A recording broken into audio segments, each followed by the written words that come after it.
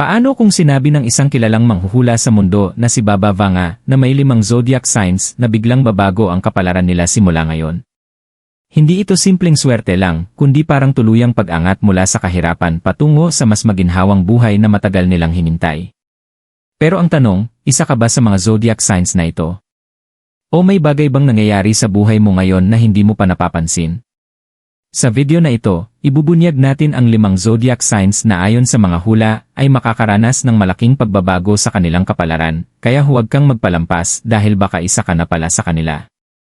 Sa buong kasaysayan ng mga hula at misteryo, isa sa pinakakilalang pangalan na patuloy na pinag-uusapan ay si Baba Vanga, ang bulag na propeta na sinasabing may kakayahang makita ang hinaharap. Marami sa kanyang mga hula ang di umano'y nagkatotoo, kaya naman hanggang ngayon, maraming tao ang naniniwala at umaasa sa kanyang mga prediksyon.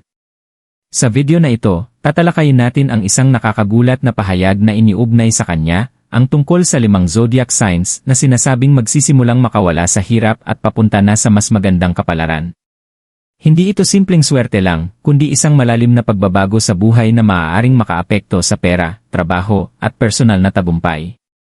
Manatili ka hanggang dulo dahil bawat zodiac sign na babanggitin natin ay may dalang mensahe na maaaring direktang konektado sa iyong kasalukuyang sitwasyon sa buhay. Sa loob ng maraming dekada, ang pangalan ni Baba Vanga ay naging simbolo ng misteryo at takot sa hinaharap. Kahit siya ay pumanaw na, ang kanyang mga sinasabing hula ay patuloy na pinag-uusapan sa buong mundo. May mga taong naniniwala na ang ilan sa kanyang mga prediksyon ay hindi lang basta haka-haka, kundi mga babalang may malalim na kahulugan para sa sangkatauhan. Ayon sa mga kwento at ulat na kumakalat online, may ilang bahagi ng kanyang mga hula na tumutukoy sa pagbabago ng kapalaran ng ilang grupo ng tao, at dito pumapasok ang usapin ng zodiac signs. Sinasabi na may mga partikular na zodiac signs na sa panahong ito ay papasok sa isang yugto ng pag-angat mula sa matagal na hirap at pagsubok. Pero ang tanong, bakit nga ba may mga taong tila hindi umaasenso kahit anong sikap nila, habang ang iba naman ay bigla na lang umaangat sa buhay? Dito pumapasok ang paniniwala ng ilan na maaaring may koneksyon ang kapalaran sa ilalim ng mga bituin, ang zodiac signs na matagal nang ginagamit ng iba bilang gabay sa personalidad at tadhana. Sa mga lumang tala at interpretasyon ng kanyang mga hula, may mga nagsasabing binanggit ni Baba Vanga ang isang yugto ng biglang pagbabago para sa ilang piling zodiac signs. Isang pagbabago na hindi lang basta pera o trabaho, kundi buong direksyon ng buhay ang maapektuhan. Ngayon, habang papalapit tayo sa pangunahing bahagi ng video, unti-unti nating bubuksan ang listahan ng 5 zodiac signs na sinasabing apektado ng misteryosong pagbabagong ito. Maaaring makakilala ka sa sarili mo o sa mga taong malapit sa iyo, kaya mas lalo pang lumalalim ang tanong, ito na ba ang simula ng iyong swerte? Taurus. Simulan natin ang listahan sa zodiac sign na Taurus. Ang mga taong ipinanganak sa ilalim ng sign na ito ay kilala sa kanilang pagiging matatag, praktikal, at hindi madaling sumuko. Sa kabila ng kanilang sipag at tiyaga, marami sa kanila ang matagal nang nakakaranas ng mga pagsubok sa buhay, lalo na sa usaping pera at trabaho. Parang kahit anong gawin nila, may mga pagkakataon na tila hindi sapat ang kanilang pagsisikap para makuha ang inaasam na ginhawa.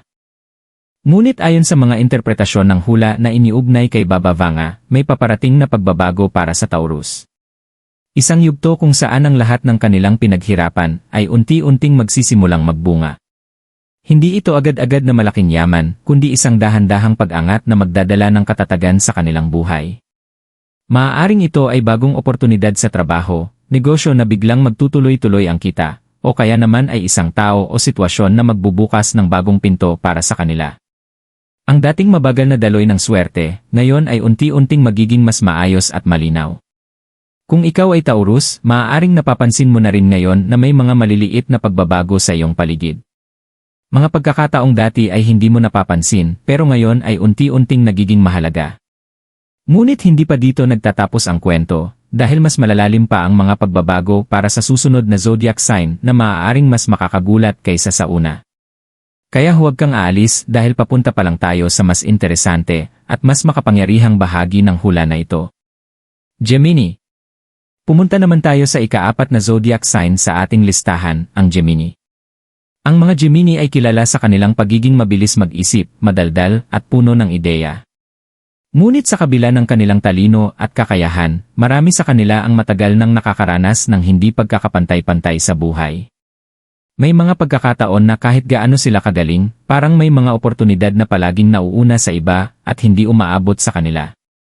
Ayon sa mga interpretasyon ng hula na iniugnay kay Baba Vanga, ang Gemini ay isa sa mga zodiac signs na papasok sa isang yugto ng malaking pagbabago. Isang yugto kung saan ang kanilang mga naantalang plano at pangarap ay unti-unti nang magsisimulang gumalaw pasulong. Maaaring ito ay biglaang pagdating ng oportunidad sa trabaho na matagal na nilang hinihintay, o kaya naman ay ideya na dati ay hindi pinapansin pero ngayon ay magbibigay ng malaking tagumpay. Para sa iba, ito rin ay maaaring bagong koneksyon o tao na magdadala sa kanila sa mas mataas na antas ng buhay. Ang pinakakapansin-pansin dito ay ang ideya ng key pagbabalik ng pagkakataon. Mga bagay na dati ay tila nawala o hindi natuloy, ngayon ay muling babalik, pero sa mas tamang panahon at mas magandang kondisyon. Kung ikaw ay Gemini, maaaring napapansin mo na rin na mas nagiging malinaw ang iyong direksyon ngayon kumpara noon. Parang unti-unting nabubuo ang mga piraso ng iyong buhay na matagal mong hindi maintindihan. Ngunit huwag masyadong mag-relax dahil ang susunod na zodiac sign ay mas emosyonal at mas malalim ang pagbabago na maaaring maranasan, isang klase ng pagbabago na hindi lang sa material na bagay, kundi pati sa puso at relasyon. Kaya manatili ka lang dahil papalalim pa ang misteryo ng hula na ito. Cancer. Ngayon ay dumako naman tayo sa ikatlong zodiac sign sa ating listahan, ang Cancer. Ang mga Cancer ay kilala bilang emosyonal, maalaga, at may malalim na koneksyon sa kanilang pamilya at mga mahal sa buhay. Sila yung uri ng tao na kahit tahimik lang minsan, ramdam na ramdam ang bigat ng kanilang pinagdadaanan sa loob.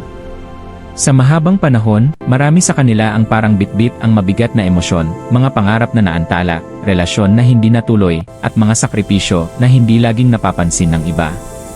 Ayon sa mga interpretasyon ng mga hula na iniugnay kay Baba Vanga, ang Cancer ay isa sa mga zodiac signs na papasok sa yugto ng emotional at personal healing. Hindi lang ito tungkol sa pera o tagumpay sa labas, kundi tungkol sa pagbubuo muli ng sarili mula sa mga sugat ng nakaraan. Sa panahong ito, sinasabing unti-unting mawawala ang bigat na matagal nilang dala. Ang mga dating sakit ng puso, pagkabigo, at panghihinayang ay magsisimulang mapalitan ng kapanatagan at bagong pag-asa. Para sa ilan, maaaring ito ang simula ng paghilom mula sa isang matagal ng emosyonal na sugat. Ngunit hindi lang doon nagtatapos ang pagbabago. May mga Cancer na maaaring makaranas ng bagong oportunidad sa buhay, mga sitwasyon na magdadala ng mas matibay na relasyon, mas maayos na pamilya, o mas ligtas na emosyonal na kalagayan. Parang dahan-dahang binubuo muli ang kanilang mundo, piraso-piraso, pero mas matatag kaysa dati. Kung ikaw ay Cancer, maaaring napapansin mo na rin na mas nagiging sensitibo ka sa mga pagbabago sa iyong paligid, pero sa parehong panahon, mas nagkakaroon ka rin ng lakas na harapin ang mga ito. At habang patuloy nating binubuksan ang misteryo ng mga zodiac signs na ito, mas lalo pang lumalalim ang kwento. Dahil ang susunod na zodiac sign ay hindi lang tungkol sa pagbabago ng emosyon, kundi tungkol sa isang malakas at biglaang pag-angat na maaaring magbago ng buong direksyon ng buhay. Leo. Dumako naman tayo sa ikadalawang zodiac sign sa ating listahan, ang Leo. Ang mga Leo ay kilala sa kanilang lakas ng loob, tiwala sa sarili, at natural na leadership. Sila yung tipo ng tao na kahit maraming pagsubok, hindi madaling sumusuko at kadalasan ay pinipiling tumayo pa rin ng matatag sa gitna ng problema. Ngunit sa kabila ng kanilang tapang, marami sa kanila ang matagal nang nakararanas ng mga sitwasyon kung saan tila hindi pa sila lubos na nakakakita ng tunay na gantimpala sa kanilang pagsisikap. Ayon sa mga interpretasyon ng mga hula na iniugnay kay Baba Vanga, ang Leo ay isa sa mga zodiac signs na papasok sa yugto ng biglaang pag-angat. Isang yugto kung saan ang mga dating pinaghirapan ay biglang magkakaroon ng resulta na mas malaki kaysa sa inaasahan. Para sa ilang Leo, maaaring ito ay isang malaking oportunidad sa trabaho o career na matagal na nilang inaasam. Para naman sa iba, maaari itong dumating bilang pagkilala o respeto mula sa mga taong dati ay hindi sila pinapansin. Ang dating tahimik na pagsisikap ngayon ay magsisimulang mapansin ng mundo. Ang pinaka-interesante dito ay ang elemento ng biglaang pagbabago. Parang sa isang iglap, ang sitwasyon na matagal nang mabagal ay biglang bibilis. Mga bagay na dati ay tila malayo pa, ngayon ay unti-unting nagiging totoo. Kung ikaw ay Leo, maaaring napapansin mo na rin na mas madalas kang inilalagay sa mga sitwasyon kung saan kailangan mong ipakita ang iyong kakayahan. Parang ang buhay mismo ang naghahanda sa iyo para sa mas malaking papel na gagampanan mo.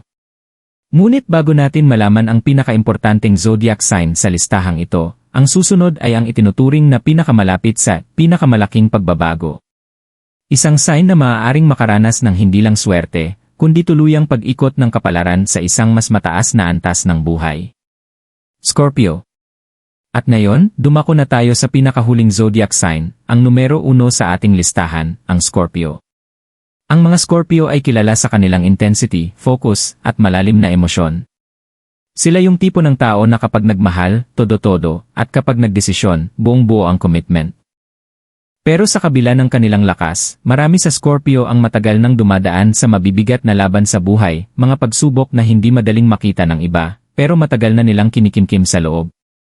Ayon sa mga interpretasyon ng mga hula na iniugnay kay Baba Vanga, ang Scorpio ay isa sa mga zodiac signs na papasok sa pinakamalaking transformation sa buong listahan. Hindi lang ito simpleng swerte o pansamantalang pag-angat, kundi isang total shift sa direksyon ng kanilang buhay.